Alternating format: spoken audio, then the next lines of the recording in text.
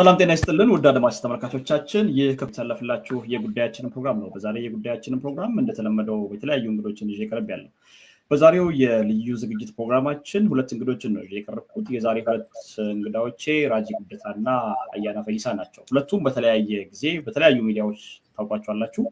በተለያየ ጊዜ ራሳቸው እርስ በርስም ሲከራከሩ እንዲሁም ደግሞ አንድ ላይ ሆነው ሌላውን ወገን ሲከራከሩ ትሰማላችሁ። የተለያየ የፖለቲካ አመለካከትና አንዴም አንድ ላይ መጥቶ የሚያወሩበት ሁኔታ ስትመለከቱ ነበር የቆያችሁት። ዛሬ በልዩ ሁኔታ እንድናወራ የፈለኩበት የሀገሪቱን የፖለቲካ ሁኔታ አሁንም መረዳታቸው በተለያየ ሁኔታ ነው ያለው እና ሀገሪቱ ያለችበት ሁኔታ እንዴት ነው የሚረዱት፣ የሀገሪቱን የፖለቲካ አሁን አስተላለፍ እንዴት ነው የሚያዩት፣ የፖለቲካ አስተላለፍ ኃይሎቹን ማለት ነው። ከዛ ጎን ለጎን ደግሞ ኢትዮጵያና ጂኦ ፖለቲካዋ ማለት ዙሪያውን ያሉት ሀገራት ኢትዮጵያ እንዴት ነው የሚመለከቱት፣ ኢትዮጵያ ስነሱ እንዴት ነው የምትመለከተው፣ ዛሬ ኢትዮጵያ ያለችበት ሁኔታ ምን ይመስላል የሚለውን ነገር ለመመልከት ነው ወደዚህ ይዣቸው የጋበዝኳቸው። የተለያየ ሀሳቦችን ያነሳሉ። መከራከሪያ ሀሳቦቻቸው በሀሳብ ልዩነት የሚቋጩ ከሆነ እንኳን የሀሳብ ልዩነቶቻቸውን አክብረው ለመለያየት እንዲሁ ቃል ይገባሉ በተመልካቾቻችን ፊት። በዛ መልኩ ነው የምናደርገው ውይይታችንን። የተለያየ የፖለቲካ አመለካከቶችና የሀሳብ ልዩነቶችን እንደ ልዩነት እንደ ሀሳብ ልዩነት ቆጥረን ፍርዱን ለተመልካች ትተን የምናልፍበት ሁኔታ ነው ዛሬ የሚኖረን። ሁለታችሁንም ለጊዜያችሁ ከልብ አመሰግናለሁ። ራጂም አያና እንኳን ደህና መጣችሁ። እንኳን ደህና ቆየን። ቴንክ ዩ አብትሽ፣ አንተም ኩሽ ሚዲያም እንኳን በደህና ሰነበታችሁ። ይህንን እድል እንኳን ሰጣችሁ እንላለን። አመሰግናለሁ። በተለይ ደግሞ ዘመኑ የሚዲያ ዘመን ነውና የተቻላችሁን ያህል ልዩነትን ለማምጣት ስለምትጥሩ በዚህ አጋጣሚ ላመሰግናችሁ እወዳለሁ።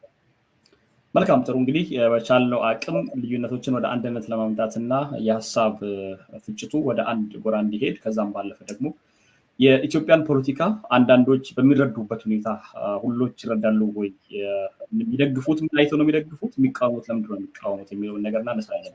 እንደ መግቢያና እንደ መንደርደሪያ የሆነን ዘንድ ግን በኢትዮጵያ ፖለቲካ ውስጥ አሁን ያሉትን ነገሮች እንዳነሳ ወደድኩኝ። አንደኛ የኢትዮጵያን ፖለቲካ ሁኔታ እንድትረዱት። በርካታ ሰዎች የኢትዮጵያ ፖለቲካ ዛሬ የጦረኝነት ፖለቲካ ብቻ ነው፣ የመግደል የመገደልና ጦርነት የሚታወጅበት ፖለቲካ ነው ብሎ ይገልጻሉ። አንዳንዶች ደግሞ አይ ኢትዮጵያ አድጋለች፣ ተመንድጋለች፣ እናንተ ጠቅላይ ሚኒስትሩ በሚናገሩት ንግግር ልናገርና እናንተ ማየት ስለማትችሉ ነው እንጂ አድገናል፣ ተመንድገናል፣ ሌሎች ይደግፉናል፣ ከየት መጣ ይሄ እድገት ይሉናል፣ ጋዝም የላችሁም፣ ምንም የላችሁም፣ ይሄ ሁሉ እድገትና ለውጥ ከየት ይመጣ ነው ብሎ ያደንቁናል፣ ይገረሙብናል ብሎ ይገልጻሉ። ያንን ሀሳብ የሚደግፉ ሰዎች በዛው አውድ ነው የሚናገሩት እና የሚቃወሙት ደግሞ አይ በየቦታው ጦርነት ነው ያለው፣ የነበረው ኢኮኖሚ ደቋል፣ የኑሮ ውድነቱ ጣሪያ ነክቷል፣ ሰዎች በየጥሻው ስር ይገደላሉ፣ ይታሰራሉ፣ ፍትህ የለም፣ ለሚሞቱትም ለሚታሰሩትም ፍትህና ረት የሚባል ነገር በሀገሪቱ ውስጥ ጠፍቷል። ይህን ሁሉ ነገር እያለ አድገናል ማለት አንችልም። ከዛም ባለፈ የኢኮኖሚው ሁኔታ ብቻ ሳይሆን የፖለቲካ ምህዳሩ ጠቦ ሰዎች የፈለጉትን ነገር ተናግረው ወደ ቤት መግባት ብቻ ሳይሆን ተናግሮ ስለሚደርስባቸው ነገር በግልጽ እየታወቀ ጭምር ነው የምናየው እና ለዚህም ብሎ ሰዎችን ማስረጃ ያቀርባል።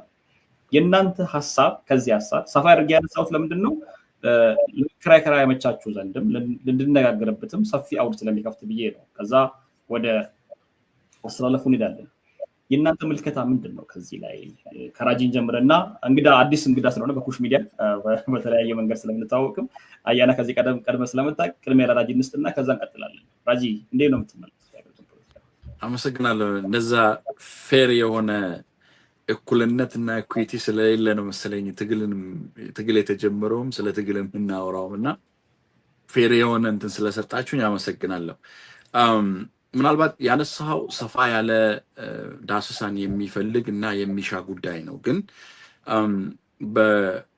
በፖለቲካ ሂደት ውስጥ ፐርሰፕሽን እና ፐርስፔክቲቭ የሚባል አለ።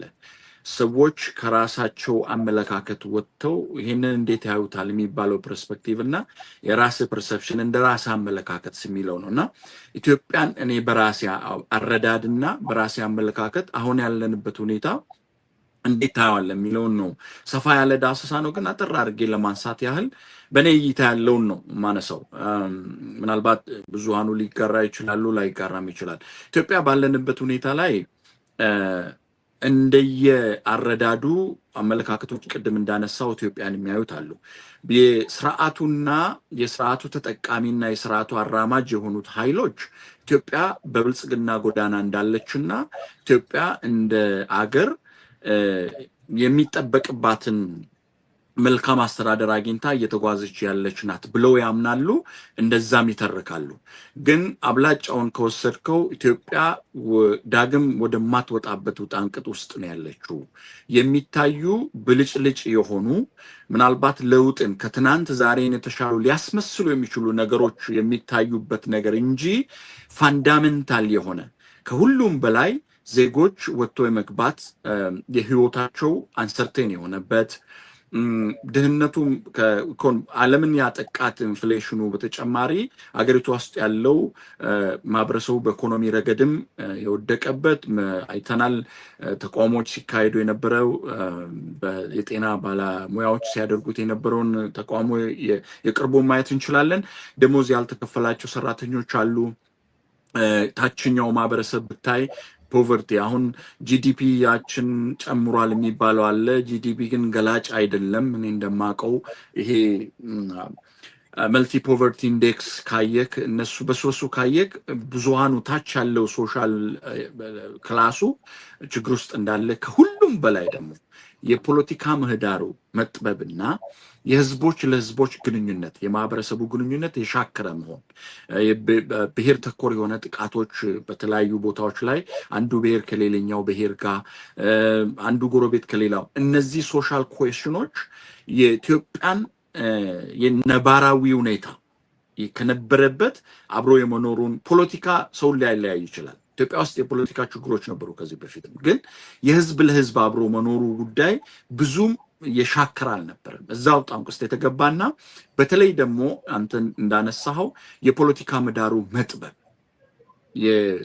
አማራጭ ከብልጽግና ባሻገር አማራጭ ሊሆኑ የሚችሉ ተቋሚ ኃይሎች የፖለቲካ ምህዳሩን መጥበብ በአገሪቱ ውስጥ ተስፋ ሊሰጡ የሚችሉ ያለበት ውጣንቅጥ ውስጥ መግባት ሳይሆን ተስፋ ሊሰጡ የሚችሉ ሂደቶች ደግሞ አሳታፊ አለመሆናቸው፣ ለምሳሌ አሁን ይሄ ብሔራዊ ምክክር ኮሚሽን የሚባሉት ሌሎች አገሪቷን ሊጠቅሙ የሚችሉ ሂደቶች ላይ አሳታፊ የሆኑ አቅጣጫዎች አለመኖራቸውና ያለችዋን ይሄ ለአንዱ በብልጽግና ጎዳና ነው ያለው ስርዓቱ አራማጅና የስርዓቱ ደጋፊ የሆኑ ኃይሎች የሚይዙት ተስፋ ሰጪ ያልሆኑ ነገሮች፣ ተስፋ የሚኖር ቢኖር ጥሩ ነበር።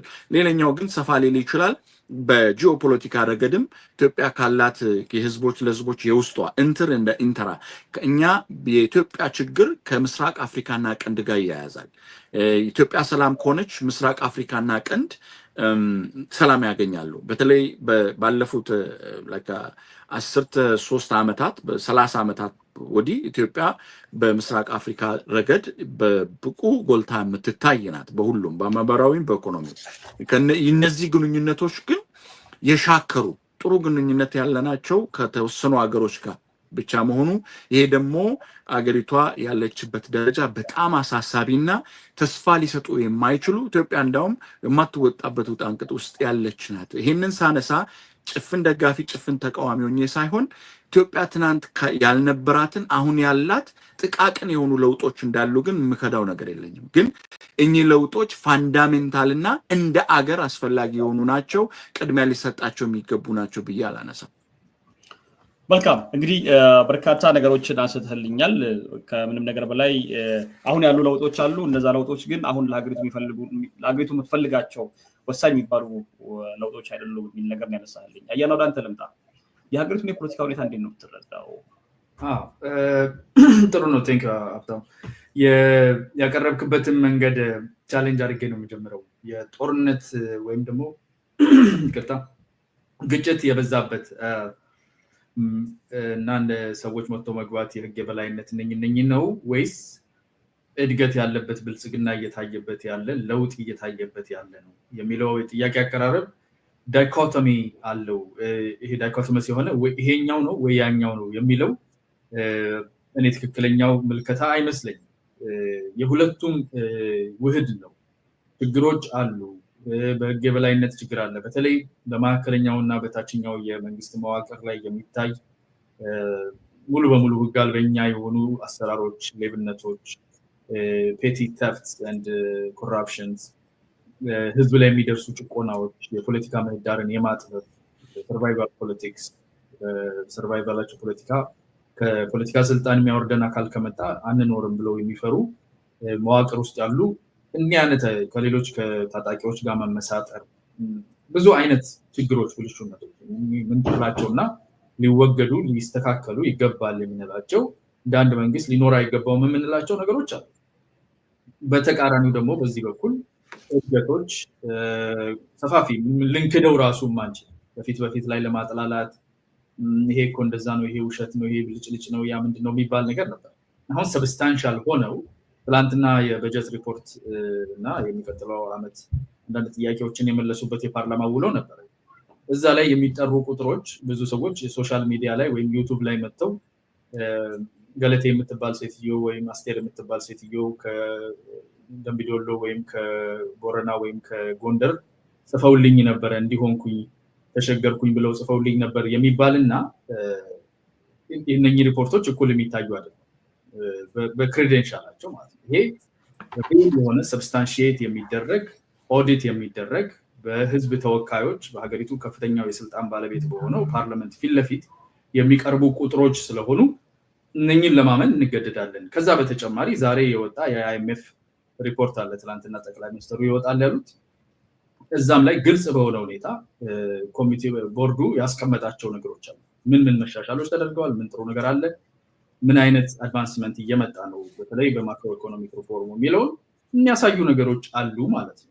እነኚህ ነገሮች አይደሉም ውሸት ናቸው ዝም ብሎ ብልጭልጭ ብንል ምናልባት ዩቱብ ላይ ሰዎችን ለማሳመኛ ለማባቢያ ካልሆነ ኢን ሪያሊቲ ኦዲት የሚደረግ የሚቀጥለው ዓመት በጀት የሚመሰረትበት ገንዘብ መጥቷል ስትል 8 ቢሊዮን ዶላር አስገብቻለሁ ስትል በሚቀጥለው ዓመት ወጪ ስትጠይቅ ያው ከዛኛው ስለሚመጣ ግዴታ ነው ኦዲት ይደረጋል። ኦዲት የሚያደርገው አካል ፊት ለፊት ቁጭ ብሎ ለህዝብ የቀረበ ነገር ቨርስስ ፌስቡክ እና ዩቱብ ላይ የሚለጠፉ ሰው እንትና እንደዚህ ያለኝ የገሌ እንደዚህ ያለችኝ ከሚለው ንግግር ጋር ማወዳደር አንችልም። እነኚህ ፋክቹዋል ቤዝ አላቸው። ኤንድ ደግሞ በርድስ አይ ቪው እኔ ወደዋለው የራጂ ያስቀመጠበትን ይሄ ፐርስፔክቲቭ ኤንድ ፐርሰፕሽን የሚለው ፐርሰፕሽናችንን ፎርም የሚያደርገው ፐርስፔክቲቫችን ነው። በርድስ አይ ቪው ወይም ኮምፕሊትሊ ሰፐሬት የሆነ ፐርስፔክቲቭ ሁላችንም የለን። ኢቨን አይኤምኤፍ ራሱ ኢንትረስቶች አሉ እንደ ኢንተርናሽናል ባዲ እንዲሆን የሚፈልጋቸው ነገሮች እዚህም ዶክመንት ላይ ሬኮሜንድ ያደረጋቸው ሪቪው ስካን እያደረኩት ነበርና አሁን የወጣ ዶክመንት እንደሆኑ የሚፈልጋቸው ኢምፖዝ እንዲደረጉ የሚፈልጋቸው ነገሮች ስለ ሴፍቲ ኔት ስለተለያየ ነገር የሚለው ነገር አለ። ይሄ ትልቁ ኢንተርናሽናሉ ሞኔታሪ ፋንድ እነማን ከፍተኛ አዋጮች ናቸው፣ እነማን ይቆጣጠሩታል የሚለውንም ማየት አለበት። ዓለም በፓወር ስለሆነ ስትራክቸር የተደረገ ግን አትሊስት ከጉዳዩ በቀጥታ የጠቅላይ ሚኒስትሩን ስልጣን የሚመኙ ሰዎች የሚያወሩት ነገር ኦዲት የማይደረግ መቼ ነው ማን ነበረ የታመጣው ተብሎ ኦዲት የማይደረግ ቨርሰስ ኦዲተር ፊት ጠቅላይ ሚኒስትሩ የሚናገሩት ቨርሰስ ኢንተርናሽናል ባዲ የሚናገረው እኩል ቫልዩ ዋጋ የለው። ስለዚህ በነዛ ላይ ተመስርተን ትልልቅ ለውጦች አሉ። የኤክስፖርታችን የፎሬን ኤክስፖርት ኢምፖርት ዴፊሲታችን የምናደርገው ከኤክስፖርት ከምናደርገው የሚበልጥበት ልዩነቱ መጥበብ፣ ተረጂ የሆኑ ሰዎች ጋር ያለ ልዩነት፣ እርሻ በምን ያህል ሰፍቷል፣ ምን ያህል ሞር መሬት እናርሳለን፣ ምን ያህል ትናንትና ጠቅላይ ሚኒስትሩ ሲናገሯቸው ነበር ነገሮች እነኚህ መሬት ላይ ያሉ ነገሮች ናቸው። ራጂ ሌላ ያነሳው ነገር ምንድን ነው? ፒፒፒ የሚባል ይሄ የህዝብ የኑሮ ላይ ያለውን ጫና በተለይ ፎሬን ኤክስቼንጅ እና ማክሮ ኢኮኖሚክ ሪፎርም ስታደርግ ትልቁ ጫና የሚያርፈው የታችኛው ማህበረሰብ ክፍል ነው እና ያኛው ኢምፓክት እንዴት ነው ሰብሲዳይዝ የምናደርገው፣ እንዴት ነው ልንረዳ ልንደጎም የምንችለው የሚለው እውነት ነው። ግን እንደ ሀገር ከሆነ የምናስበው በዚህ ትራጀክቶሪ የሚያድግ ሀገር ነገ በዘላቂነት የሰዎችን ተጠቃሚነት ሊያረጋግጥ ይችላል። ትራንዚሽን ላይ እንደመኖሩ፣ ኢኮኖሚክ ቼንጅ ላይ እንደመኖሩ፣ ማክሮ ኢኮኖሚክ ቼንጅ ኢንፎርስ እያደረገ እንደመሆኑ ለውጦች አሉ። ከተማ ላይ ከምናያቸው ሮቤ፣ አዳማ፣ ቢሾፍቱ፣ ጎንደር፣ ሌላ ቦታ ከምናያቸው እነኚህ ብልጭልጭ ተብለው ከሚነቀፉት እነሱም ሊነቀፉ አይገባም፣ ስህተት ነው እሱ ራሱ። ግን ከነሱ በዘለለ ስር የሰደደ የማኑፋክቸሪንግ የምርት የእርሻ ልዩነት አለ፣ ለውጥ አለ። ዛሬ ያለንበት ትናንት ከነበርንበት ይለያል። ስለዚህ ዳይኮቶመስ አይደለም። እነኚህ ችግሮች አሉ። በእነኚህ በኩል ደግሞ ያለ ጥሩ ነገር አለ። this or the other አይደለም it's a yes for both of them ፐርስፔክቲቫችን መስማማው ከራጂ ጋር ፐርስፔክቲቫችን ከኢንትረስታችንም ጋር by the way ፐርሰፕሽናችን ብቻ ሳይሆን ኢንትረስታችንን ፐርስፔክቲቫችንን ይቀይረዋል because እኔ የምፈልገው ይሄ መንግስት በዚህም በዛም ተዋክቦልኝ በሆነ አጋጣሚ የሆነ ስፔስ ካገኘው ዘግቶብኛል በር ብዬ የማስብ ከሆነ የማቀርበው ነገርና ግልጽ በሆነ ሁኔታ ለሀገር እድገት ብቻ ኢንትረስት አለኝ ማንም ንጉስ ይሁን ማንም ፕሬዚዳንት ማያገባኝ ከሆነ ማቀርብበት መንገድ ትንሽ ይለያያል እሱንም ማየት ያስፈልጋል ለማለት ነው። ጥሩ በርካታ ነገሮችን አንስተልኛል። ምናልባት አንድ ጥያቄ ብቻ ላንሳልህና ወደ ራጂ መልሳለሁ። ራጂ የራሱ መልስ ስለሚኖረው ኖርማሊ ግልጽ ለማድረግ ያህል በእኔ በኩል ያሉትን ማለት ነው። የሀገሪቱ ኢኮኖሚ በጣም ከማደጉ የተነሳ የተጠሩ ስሞች እና የተመደበው በጀት ትልቅ መሆኑን ነው ያነሳልኝ። ይሄ ከሀገሪቱ ኢኮኖሚ እድገት ጋር ነው ወይ? የበጀቱን የገንዘብ መጠን መብዛት የምታየው የሀገሪቱ ኢኮኖሚ ስላደገ ነው ወይ ብለህ ነው የምትገነዘበው የሚል ነው አንደኛው ጥያቄ። ሁለተኛው ብልጭልጭታ ናቸው እነዚህ ብልጭልጭታዎች ወይ ደግሞ ብልጭልጭ ተብሎ የሚነቀፉ ነገሮች መነቀፍ የለባቸው መደገፍ አለባቸው ስህተት ነው የሚል ነገር አንስተልኛል። እነዚህ መሰረታዊ ናቸው ወይ ብለህ ነው የምታስበው? አሁን ራጂ ቅድም ሲያነሳ መሰረታዊ አይደሉም የሚታዩ ነገሮች አሉ ግን መሰረታዊ አይደሉም አሁን ለሚያስፈልገው የሚል ነው። ምናልባት ግልጽ ለማድረግ ለሚራብ ሰው ኦኬ በረሃብ ለሚሞት ሰው ተፈናቅሎ በየሻራው ተጥሎ ላለ ሰው ከተማ ውስጥ መብራት ማብለጭለጭ ነው የሚከብደው ወይንስ ያንን ህዝብ ማስፈርና ማብላት ነው የሚቀድመው? እነዚህን ነገሮች አሳለች ነው ለራጂ መልሳለሁ። ቅደም ተከተል የሚለውን አካሄድ ይሄ በመንግስት ፖሊሲ ደረጃ የዚህ መንግስት ፖሊሲ እኮ ግልጽ አድርጎ ተናግሯል። በቅደም ተከተል እርሻ መር ግብርና መር ከዛ በኋላ ወደ ኢንዱስትሪ እንሄዳለን ከዛ በኋላ ወደ ቱሪዝም እንሄዳለን የሚል ስትራክቸር አይደለም የዚህ መንግስት ፕላኑ የኢኮኖሚክ ፕላኑ ራሱ በሁሉም ፋሴቶች እኩል የምናድግበት መንገድ መኖር አለበት ነው።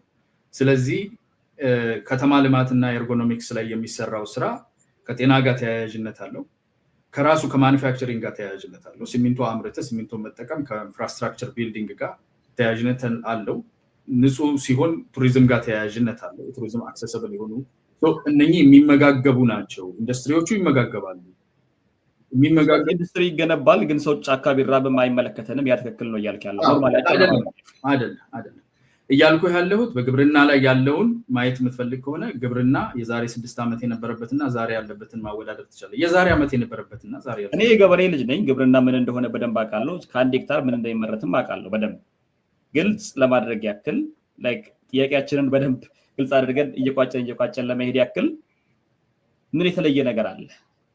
እኔ ተወልድኩበት አካባቢ በጣም ምርት የሚመረትበት አካባቢ ነው ስለዚህ ገብስ በደንብ የሚታወቅበት አካባቢ ነው ታውቃለህ ኢንፎርሜሽንህን ከዩቲዩብ ላይ ካለ ነው እኔ ከዩቲዩብ ላይ አይደለም ፌስቡክ ላይ የምታገኝ ቆይ እሱ ነው አምልበው ለዚህ ኢንፎርሜሽን አንተ የገበሬ ልጅ መሆንህ ምንም ትርጉም የለው ምክንያቱም አንተ የገበሬ ልጅ መሆንህ መሬት ላይ ዛሬ በሄክታር ስንት ተመረተ ምን ያህል መሬት ታርሷል የሚለው ኢንፎርም ሊያደርገን አይችልም አንተም የገበሬ ልጅ ነህ እዛ መሬት ያለው የገበሬ ልጅ ነው ውጪ ያለው አሁን አንተ አክሰስ ታደርገዋለህ ኢንፎርሜሽንን ከየት ነው የምታመጣው ኢንፎርሜሽን ጉዳዩን ከማያዩ ከገበሬው ጋር ተገናኝተው የማያውቁ ስቶሪ ሜካፕ እያደረጉ ፌስቡክ ላይ ከሚጽፉ ሰዎች ከሆነ ኢንፎርሜሽን የምታገኘው ኢንፎርሜሽን ለዛ እኮ ነው የነገርኩህ አያራ ነገሮችን አጠር እያደረግን እንሂድና ወደ ራጂ ልመልስ ለዛ እኮ ነው እኔ አሁን የገበሬ ልጅ ነኝ ያልኩህ እኔ ቀጥታ ከዛ ነው መረጃ ማገኘው እያልኩ ነው ያለሁት እንጂ ከፌስቡክ እና ከዩቲዩብ ላይ ለቅሜ አይደለም እየተናገርኩ ያለሁት እያልኩ ነው ያለሁት ኖርማሊ የሀገሪቱ ትልቁ ምርት የሚመረትበት አካባቢ ነው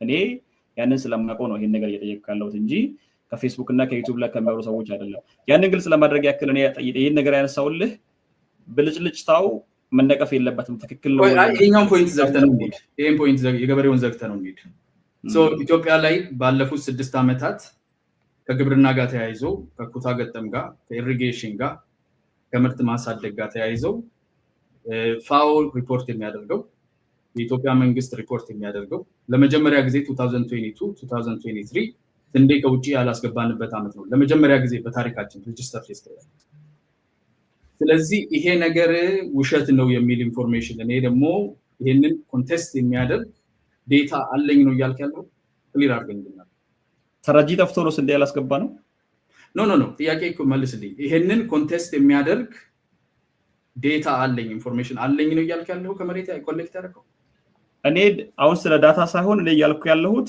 ኢትዮጵያ ውስጥ ዴታ የለም ይኸውልህ ግልጽ ነገር በደንብ ማስቀመጥ ያለብን መንግስት ስንዴ አላስገባሁም ብሎ ተናግሯል አላስገባም ግን እኔ የኔ ጥያቄ ደግሞ መንግስት ብቻ አይደለም በነገራችን ኢንተርናሽናል ባዲዎችም አላስገባም ብለው ተናገሩ።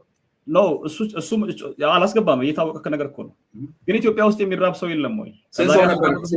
2023 ላይ ስንት ሰው ነው በረሃብ የሞተው ኢትዮጵያ ውስጥ? አንድ ዞን ብቻ መውሰድ እንችላለን እኮ ቦረና ዞን ብቻ ስንት ሰው ነው ያለቀው? ስንት ከብት ነው ያለቀው? 2023 ላይ ስንዴ ባለመግባቱ የተነሳ የሞተውን ሰው ቁጥር ዴታ አለ። አሁን ዴታ ነው ይኸውልህ። አሁን አንተ የምትለኝ ቅድም ራጂ ያለው ነገር ጋር ይሄድ ፐርሰፕሽን ፐርስፔክቲቭ፣ እኔ ደግሞ ኢንትረስት ጨምርበታል። ሚዲያን ለህዝብ ጆሮ ያለን አክሰስ ለኢንትረስት ስትጠቀም ዴታ ኮሌክት አድርገ ሪስፖንሲብል ነህ ወይ አንተ? ኢንተርናሽናል ኮሚኒቲ ሲያቀርብ ሪስፖንሲብል ነው ለሚያቀርበው ነገር። ኬት አመጣኸው፣ እንዴት አሴስ አደረግ፣ ኬት ኮሌክት አደረግ ተብሎ ተጠይቆ ነው። ዴታ አለው ማለት ነው። ዴታ ቤዝ አለ። መንግስት ላይ ያለው ሀገር የሚያስተዳድረው መንግስት ኮሌክት የሚያደርገው ኢንትረስቱ ቢኖረው በስልጣን መቆየት ራሱን ጥሩ አስመስሎ የማሳየት ኢንትረስት አለው። ግን ስቲል ኦዲት የሚደረግበት ሜተድ ያለው የዴታ ኮሌክሽን ያለው ፈርስት ሃንድ ዴታም ያለው ነው ማለት ነው። ስለዚህ እነኚህ ያሉ ለውጦች ጀነራሊ ስናወራ ብልጭልጩ ላይ አተኮርክ አንተ። ብልጭልጩ ራሱ በቦይ አዲስ አበባ ነው የሚኖርኩት። በቦይ መጸዳጃ የሚያልፍበት መጸዳጃ ቤት የማይጠቀም እዚህ ጋር ከአንገት ላይ ሀብል ነጥቆ ከእጅ ላይ ስልክ ነጥቆ ቢሮጥ ተከትለው ለመግባት የምትጸየፍበትን ጉራንጉር ማጽዳት፣ ማስተካከል፣ በእግር የሚኬድበት በብስክሌት የሚኬድበት ሌን መፍጠር፣ ሞር በፕሌን ላንድ ስታደርግ ራሱ ሻንቲ የሆነ ዝገት የሚታይበትን ትንሽ አትራክቲቭ የሆነ ፕሬዘንት የሚያደርግ ሀገር የሚመስል ነገር መገንባት እንደ ነውር ተደርጎ ቢሳልም ቅሉ እሱን ለመገንባት የሚወጣው የሚገነባው የሚሰራው ሰው በሺህ የሚቆጠር ወዛደር ታችኛው ብለን ልናለቅስለት ስንል ብቻ የምንጠራው ታችኛው የኢኮኖሚ ክፍል ነው። ለዛ ስራ ይፈጥራል። እሱን ሰፖርት ለማድረግ ብረት ፎርጅ የሚያደርጉ ሲሚንቶ የሚያቀርቡ መኪና የሚያቀርቡ ኮንስትራክሽን ካምፓኒዎች የሚቀጥሩት ያንን ህዝብ ነው። እሱ ብቻ ሳይሆን ለጤና ያለው ኢምፓክት፣ ለኤርጎኖሚክስ ሀገርን እንደ ሀገር ፕሬዘንት ለማድረግ ለቱሪዝም ያለው አስተዋጽኦ ቢታወቅ ኢኮኖሚ ላይ ያለው ዲሬክት ኢምፓክት ማለት ነው። እንደ ብልጭልጭ ተደርጎ ሚኒማይዝ የሚደረገው እሱን እስቲ እንደ ብልጭልጭ እንያዘው እንኳን ብንል በእርሻው ላይ ያለውን ነገር አንተ ባለው ዴታ ላይ ኮንቴስት የሚያደርግ ሰፊሽንት ዴታ የለም። ያለው ዴታ የሚያሳየው ልዩነቶች አሉ፣ በቂ ናቸው ወይ ከቨር አድርገውታል ወይ ሊዱ ብንል ነው ይቀራል። ግን በ5-6 ዓመት ውስጥ ያለውን ፕሮግረስ ኮምፕሊትሊ ዲናይ እናደርግ ምንል ከሆነ ኢንትረስታችንን ነው የሚያሳየው። we have an interest ይሄንን ስዕል ለመሳል ነው የምንሞክረው ያለ ዴታ ያለ በቂ ፐርስፔክቲቭ ለማለት ነው። ጥሩ። በጀቱስ? በጀቱ ከፍ ያለ መሆን በነገራችን ላይ is a good indication። የስራ የሌለበት ሀገር በጀትም አይኖርም። ገንዘቡ ከሌለ በጀት መመደብም አትችልም። to be honest ከገቢው በ300 ቢሊዮን ያህል የሚበልጥ በጀት ነው ያደረገው። 350 ቢሊዮን ያህሉ ሰብሲዲ ተደርገዋል። ታችኛውን የኢኮኖሚ ክፍል ሰፖርት የሚያደርግበት ነው። ታችኛው ኢኮኖሚ ክፍል ማለት ነዳጅ የሚያገኝ ማዳበሪያ የሚያገኝ፣ በነገራችን ላይ ማዳበሪያም በአመት ወደ 3 ቢሊዮን የምናወጣበትን ማዳበሪያም ለማምረት ወደ ፕራይቬት ሴክተር ጋር እየተሰራ ያለ ነገር እንዳለ ነው የሰማነው። ለአዲስ ኢንፎርሜሽን ነው። ከማይኒንግ ጋር የተያዙ ነገሮች አሉ። አሁን የሚባለው ከኢህአዴግ ዘመን የነበረውን አንድ ሴክተር ላይ ፎከስ አድርገን እዛ ላይ ብቻ ለምን አንሰራም፣ ሌላው ደግሞ ቀስ እያለ ይደርሳል፣ ቅደም ተከተል ነው አድርጎ የሚለው። እዚህ ጋር ደግሞ ያለው በሁሉም ካሊበር በሁሉም ሲሊንደር ነው በርን ማድረግ ያለብን። ካለብን ድህነትና ችግር አንጻር we can't ይሄኛው ከዛ ያኛው የምንለው አይደለም። ኢቭን with that ግን በፊት ከነበረው የተለየ እድገት በሁሉም ሴክተሮች መታየት ይችላል። አሁን ሰላም መታጣትን፣ የህግ የበላይነት ችግርን፣ እነኛን እውነተኛ ችግር ያለባቸውን ብቻ ተናግሮ ጥሩ ፕሮግረስ ያለበትን ቦታ መናገር የሚችል ሰው አለ፣ የማይችል ሰው አለ። የሚችል ሰው ኢንትረስቱ እውነትን የመነጋገርና አድቫንስመንትና የህዝብ ኑሮ መሻሻል ላይ ብቻ ከሆነ ሁለቱንም ጥሩንም መጥፎንም ትናገራለህ። ኢንትረስትህ ግን መንግስትን መጥፎ አስመስሎ ማሳየትና መንግስትን ማውረድና የስልጣን ፍላጎትን ሰፖርት ማድረግ ከሆነ የሌሎችን ጥሩን ለመናገር በፍጹም አትችልም። ኢንትረስትህ ደግሞ መንግስትን ለማቆየት ስልጣን ላይ ከሆነ መጥፎውን አትናገርም፣ ጥሩን ብቻ ነው የምትናገረው። ስለዚህ ኢንዲፔንደንት ሆነ የምንናገር ከሆነ ችግር ያለበት ኤሪያ አለ፣ በጣም ትክክለኛ የሆነ እድገት ያለበት ኤሪያ አለ። እንደዛ ዳይኮቶሚስ ከሆነው ነገር ወጥተን እንደዛ ሪል የሆነ ኤክስቴንሲቭ ነገር ብናቀርብ ይሻላል። ጥሩ ነው በጀት ሲኖርህ ነው በጀት የምታደርገው የሌለው በጀት አያደርግም ጥሩ እንግዲህ ባለን መረጃ አሁን በተለይ ከ2023 አካባቢ ያለው መረጃ ራጂ ወደ አንተ ነው መጣ ኖርማሊ እቺን ነገር ለመረጃ ስላልከኝ ነው እቺን ነገር ላንተም ለተመልካቾቻችን ማስጨ ማለፍ ስላለብኝ ነው ማለት ነው 2023 አካባቢ የኢትዮጵያ ህዝብ ከ1 ሚሊዮን በታች ነው የሚራብ ህዝብ ነበር 2023 እና ከዛ በፊት የነበሩ ሀገራት ውስጥ በአመት ውስጥ ማለት ነው ዛሬ ኢትዮጵያ ውስጥ ከ10 ሚሊዮን ህዝብ በላይ ቀጥታ የምግብ እርዳታ ይፈልጋል ከ10.2 ሚሊዮን ህዝብ ደግሞ ኖርማሊ ምግብ እርዳታ በቅርብ ጊዜ ይፈልጋል 3 ሚሊዮን ህዝብ ደግሞ ተፈናቅሎ ያለባት ሀገር ናት ዛሬ ኢትዮጵያና ለነዚህ ጉዳዮች ነው ቅድሚያ መስጠት የሚገባው ወይስ ሌላ የሚል ነገር ነው ታነሳለ የፈለኩትና በመረጃና በማስረጃ በዳታ ቤዝ ስላልከኝ እነዚህ ነገሮች ሳነካ ወደ ሌላ ጥያቄ ባልፍ ሰውም ምንድ ነገር እንዳይሆን ብዬ ነው ያለው ሶስት ተጠቅስልኝ ሳናልፍ በፊት እና ሮተርስ ላይ የተቀመጡ ናቸው እነዚህ ሰርች ማድረግ ይችላል ማንም ሰው ገብቶ ሮተርስ ነው ኦኬ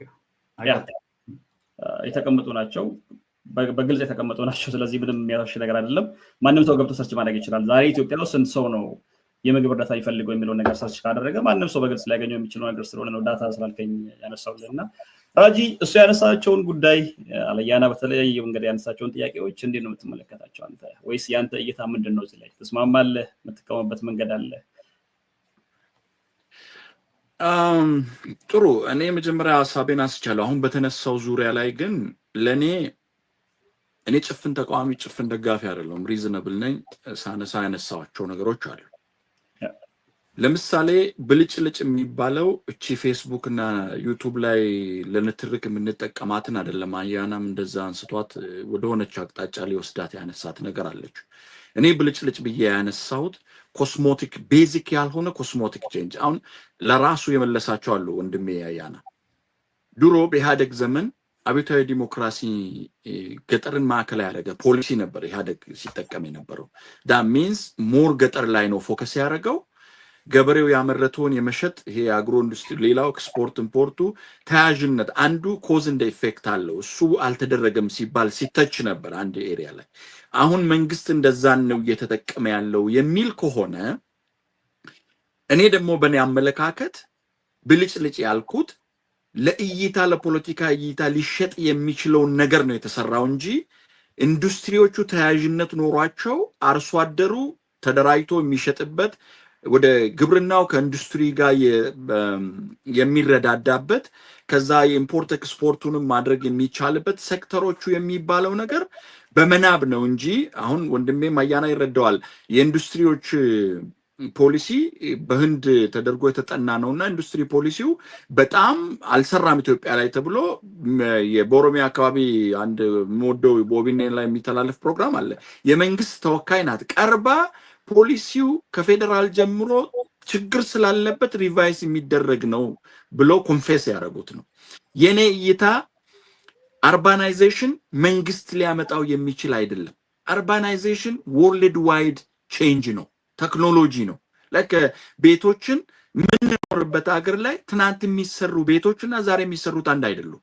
ኢንፍራስትራክቸሮች እንደዚህዎች መሰራት ያለባቸው በኔ እይታ አንድ ተራ የከተማ ከንቲባ ኢቫሉዌት የሚደረግበት ነው ብዬ ነው ማስበው እኛ ያወራን ያለነው ግን አገርና መንግስትን ነው አገርና መንግስት ምን አይነት ለውጥ ታምጥቷል እንደ መንግስት እንደ ሀገር ስለዚህ እኚዎቹ ለኔ እምንት ናቸው በአካላችን በቦዲ ኦርጋናችን ውስጥ ሁሉም የየራሱ ድርሻ አለው አይደለ ግን እምንት አይናችን ብሌን ማታክልናት እያነሳን ያለነው ለኔ የሚታየኝ ዜጎች በሰላም ወጥቶ ቢገቡ እየተራበም ዳቦም እያጣም በሰላም ቢገባ ቀደም ሀብታሙ እንዳነሳው 3 ሚሊዮን አካባቢ የሚሆን ህዝብ ተፈና አይዲፒ ያላት ኢትዮጵያ በታሪክ ማለት ነው ይሄ ተደርጎ በሌላኛው ግጭት ጊዜ 17 አመት ጦርነት ውስጥ በተነበረበት ከኤርትራ ጋርም ጦርነት በነበረበት ሰዓት ያ ነምበር አልተነሳም እኔ ተወልጄ ያደግኩባት ምዕራብ ኦሮሚያ ላይ 4 አመት ሙሉ ሰው አርሶ አልበላ ሰላም እስከ ትናንት ድረስ ህዝቡ እየሸሸ የተፈናቀለ ነው ያለው እነዚህ ናቸው ለኔ ቅድሚያ መስጠት የነበረበት እንደ መንግስት ልተቸው እንጂ አንዳንድ ነገሮች ሊታዩ ሊባሉ የመንግስት አራማጅ የስርዓቱ ደጋፊዎች ተጠቃሚ የሆኑበት ለውጦች አሉ። አሁን ስለ ኢንዱስትሪ እናነሳለን፣ ከተማ አካባቢ የተደረጉ ለውጦችን እናነሳለን ብያለሁ። መጀመሪያ ከነበርንበት የተሻለ የሚታይ ነገር አለ። የሚታየው ነገር ግን አንደኛ ፋንዳሜንታል አይደለም፣ ሁለተኛ ደግሞ ከለውጡ ውስጥ አሉ ብለን የምናነሳቸው ፖይንቶች ራሱ ተጠቃሚው ሰፊው ማህበረሰብ አይደለም። እዛው ደሴት ላይ ነው የሚሽከረከረው። ተጠቃሚውም ራሱ ኢንቨስት አድርጎ በኢንቨስትመንት ስምም የሚጠቀመው በኤክስፖርት ኢምፖርቱ የሚጠቀመው የስርዓቱ ሲምፓታይዘር የሆነ ኃይል ነው። ስለዚህ አንተም ከኔ ጋር እንደምትስማማው ታችኛ ያለው አካል ለፖለቲካ ብቻ ሳይሆን ተቸግሮ ስላለ እሱን ኢንክሉድ አላደረገም ነው። ምናልባት በተነሱት ላይ ማነሳው ኦዲቶች ዳታ የሚባሉት ላይ አንድ እንደው ከሰሞኑ ያየሁትን ተነጥላ አንድ ነገር ላንሳ። ስራ ፈጠራ 4 ሚሊዮን አካባቢ ነው ፈጥረናል ብለዋል ጠቅላይ ሚኒስትሩ። የስራ ፈጠራ ሚኒስቴሯ ደግሞ 8 ነው እንደዛ አካባቢ ነው ያለችው። መልሶ ደግሞ የብልጽግና ሴክሬታሪያት ደግሞ ያወጣው መግለጫ ሌላ ነው። ነምበሮች እንደዛችሁ እንደ ፓርላማ ላይ ሲቆጠር አባዱላ እንዳደረጉት ይጋጫል። ሪያለብል ነው የምንላቸው የሉ። አሁን ቀደም ዳታ ስታነሱ ኦዲቱስ ማን ነው? ዳታውን ሰብሳቢ ማን ነው? የመንግስት አካል ነው። የመንግስት ዳታም ሪያለብል አይደለም። ውጪ ያለውም ሪስፖንሲቢሊቲ ውሰድ እንጂ ዳታው ሪያለብል አይደለም። ግን ሪስፖንሲብል ናቸው ለሚያደርጉት ነገር። ዝም ብሎ መላምት ከሚሰጣ ከሚቃረም ነገር የተሻለ ይሆናል። ግን እሱም ሪያለብል ነው ማለት ይከብዳል። በተረፈ ግን እኔ በልዩነት ደረጃ እኚህ ያነሳናቸው ለውጦች ለውጥ ህዝቡ የሚፈልገው ለውጥ አይደለም። በኔ እይታ ከዚህ የተሻለ ለውጥ ነው ማምጣት ያለበት። ለዚህ ሁሉ ለአንድ ሀገር ደግሞ አንኳር የሚባለው ሜን የሚባለው ሰላም ነው። ሰላም የለበትም፣ ግጭቶች አሉ። ሰላምን ስናነሳ መንግስት አንበሳውን ድርሻ አለው። ሌሎችም ሰላምን ለማምጣት ኮር ቫልዩ የላቸውም ብዬ አላነሳም። እዛ ያ ሁሉ ችግር እስካለ ድረስ ይሄንን መንግስት እንዲያርጓል ብለን የማንሳት ነገር ላይ እኔ ልዩነቴ እንዲያዝልኝ እንደዛ ነው የምለውና በመጨረሻ ላይ እንዳው ፐርስፔክቲቭ ፐርሰፕሽን ነው ያና ኢንተረስትን ጨምሯል። ከኢንተረስት አንሳርም ስናነሳ ዛሬ ወንድሜ ብዙ ቦታ ላይ እኔና ያና እንከራከራለን በልዩነታችን። እንደ ኦሮሞና ኦሮሞማ ያመጣ ነገር ላይ ግን በአንድ ላይ ሆነን እንታገላለን። ዛሬ ግን ኤክስፖርታችን የግብርና ምርታችን ብሎ ሲያነሳ እንደ መንግስት ተወካይ ሆኖ ስላነሳ ግራ ገብቶኛል። እዛ ላይም ይሄንን ነው የምለው። አብትሽ ጥሩ እንግዲህ በርካታ ነገሮችን ነው እያነሳን የምንገኘው። በመሃል ላይ አንዳንድ ነገሮችን ጥራት ወይ ደግሞ የሐሳቡን ግልጽ ለማድረግ ያክል እኔም አንዳንድ ነገሮችን እየጠየቁ ነው የሚሄደው። ወደ ቀጣይ ርዕሳችን እናልፋለን። ቀጣዩ ርዕሳችን እንግዲህ ትልቁ ትኩረት ስቦ የነበረው ሰሞኑን ከአንድ ወር በፊት በዚሁ በሶሻል ሚዲያ ላይ ሲሰራጭ የነበረው አብሮነት ለአንድነት የሚል በርካታ በሀሳብ የሚለያዩ ሰዎች አንድ ላይ መጥተው የሀገሪቱ ፖለቲካ ላይ ጦርነት ይቁም፣ አምባገነን አገዛዝ ይብቃ፣ ሰላም ይስፈን የሚል መፈክር አድርገው ባስኪዶት ላይ እስከ መግለጫ ተሰጥቶበታል። ብዙ ውይይት ተደርጎበታል። ትናንትና ፓርላማ ላይ ሲነገርበን የነበረው እሱን የፖለቲካ አስተላለፍ አድርጎ የሚያስቀምጡ ሰዎች አሉ። ዛሬ ያለው የኢትዮጵያ ፖለቲካ ውስጥ ያለው የፖለቲካ አስተላለፍ በዛ መንገድ እየመጣ ነው ብሎ የሚያስቀምጡ ሰዎች አሉ። አያና ካንተ ልጀምር። ውይይቱ እንዴት አየው? ሲጀምር ከውይይቱስ ምን የወሰድኩ ነገር አለ? በበጎ ነው በአዎንታዊ ወይስ ባሉታዊ መንገድ የተመለከትከው? ለውጥስ ያመጣል ብለህ ታስባለህ ወይ? ከዛን ጀምርና እስኪ ሐሳባችንን ወደዛ እንሂድ። የአገሪቱን የፖለቲካ አስተላለፍ ሁኔታ እንመለከታለን። ከዛ ቀጥሎ ከመጨረሻው ጥያቄ ልጀምር። ለውጥ ያመጣል ብለህ ታስባለህ ወይ? አላስብም፣ አያመጣም ብዬ ነው የማስበው። እንግዲህ በራሴ መልከታ ማለት ነው። ሜን ሪዝኑ ላይ ትላንትና አይ ቲንክ ጠቅላይ ሚኒስትሩ ሜንሽን አድርገውታል። ከእሳቸው ሪዝን ጋር የሚመሳሰል ነገር አለ። ሪዝኑ አሰባሳቢ የሆነ ዓላማ የላቸውም። መሀል ላይ ያስገቡት ይሄ መንግስት ግፋዊ አገዛዝ ብለው ያስቀመጡት እነሱ ያው መንግስት ይውረድልን ከሚለው ውጪ ከዛስ የሚለውን ጥያቄ በፍጹም የማይመልስ አካል እንደመሆኑ ለውጥ አያመጣም። ከጠቅላይ ሚኒስትሩ ጋር ሙሉ በሙሉ የምቃረንበት ሙሉ በሙሉም ባይሆን የምቃረንበት በዚህ ላይ እሳቸው የኔ ነው መደመርን ነው የወሰደው ይላሉ። እኔ ደግሞ ነዋርን ነው የኔ ነው የወሰደው ነው ምለው። ግን ምናልባት መሀል ላይ ይሆናል ያው ጦርነት ይቆም የሚል ስለሆነ ሰላም ይምጣ ስላሉ እኛ ነዋር እያልን ለ2 ዓመት ያህል ጣርነውን ሙሉ በሙሉ ወስዶ እየተጠቀመ ነው። የኛ ነው ብለን አናስቸግርም። ጥሩ ነው፣ ሊደገፍ ይገባዋል።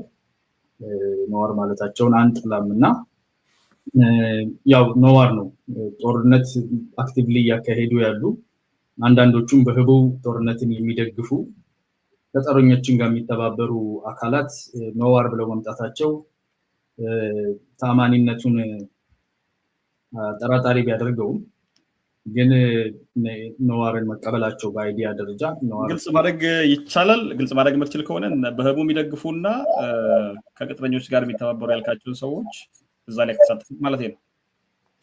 አይቻልም። እነሱ በህቡ ካደረጉት እኔ ግልጽ አላረግላቸውም። ፕራይቬት ኢንፎርሜሽናቸው ነው።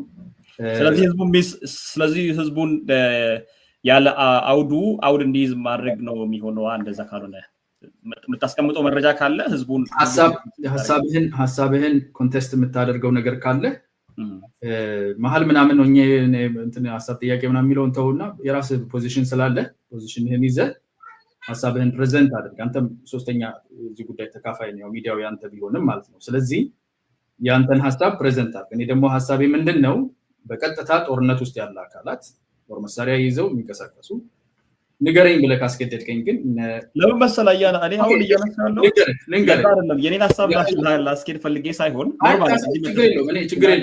ችግር የለብኝም። የኔን ሀሳብ ማቀርብበት ሚዲያ ካገኘው እኔ ከዚህ በፊት የቲፒኤልኤፍ ደጋፊዎች ቅድም ነገር እነ ማርያማዊት ሆራይዘን ጋር ቀርብ ያውቃለው።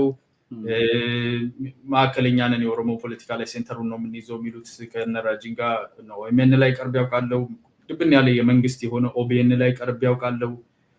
ቲክታክ ላይ ራሱ ድብና የሚሳደቡ ህዝባችን የሚሳደቡ አካላት ያሉበት ጭምር ገብቼ እናገራለሁ። ሀሳቤን ለመሸጥ የትም ስለምገባበት ቦታ ደግሞ ያለውን ፖለቲካል አይዲያ ኢንክሊኔሽን ኤንድ ትስስር ከማን ጋር ነው ከኋላ ያለው የሚለውን እያወቁኝ ነው የምሄደው። እኔ ችግር የለብኝም እሱ ማለት ነው። እሱ ብዙ ባዘር አያደርገኝም።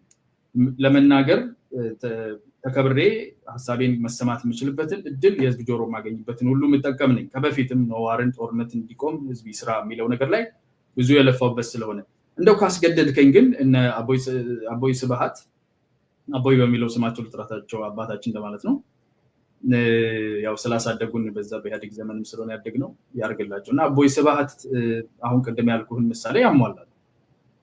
በፊት ለፊት የፕሪቶሪያ አግሪመንት ምናምን የሚለው አካል ሆነው ሲያበቁ በኋላ በኩል ግን ጦርነትን የሚገፋፋ አካል የቲፒኤልኤፍ ጉጅሌ የሚሉት አደም የሚባለው ግሩፕ ጋር ያሉ ሰው እንደመሆናቸው መጠን በፊት ለፊት ጦርነት በቅቶናል ብለው ፕሪቶሪያ ሳይን ያደረጉ በኋላ ደግሞ ጦርነትን በህቡ የሚደግፍ አካል ታጠቁ አካላት በተለይ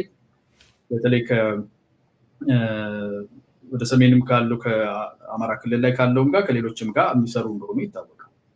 እነሱ ቢያወጡት ጥሩ ነው። የነሱ ኢንፎርሜሽን ስለሆነ አላወጣው ነውና ሌሎችም ሊኖሩበት ይችላሉ። ይሄ ለምሳሌነት ያህል ይበቃል ብዬ ተስፋ አደርጋለሁ። ዶክተር ሰትፋይስ ያንተን ወደ ዋናው ጉዳይ ስንመለስ ነዋር ነው የምለው።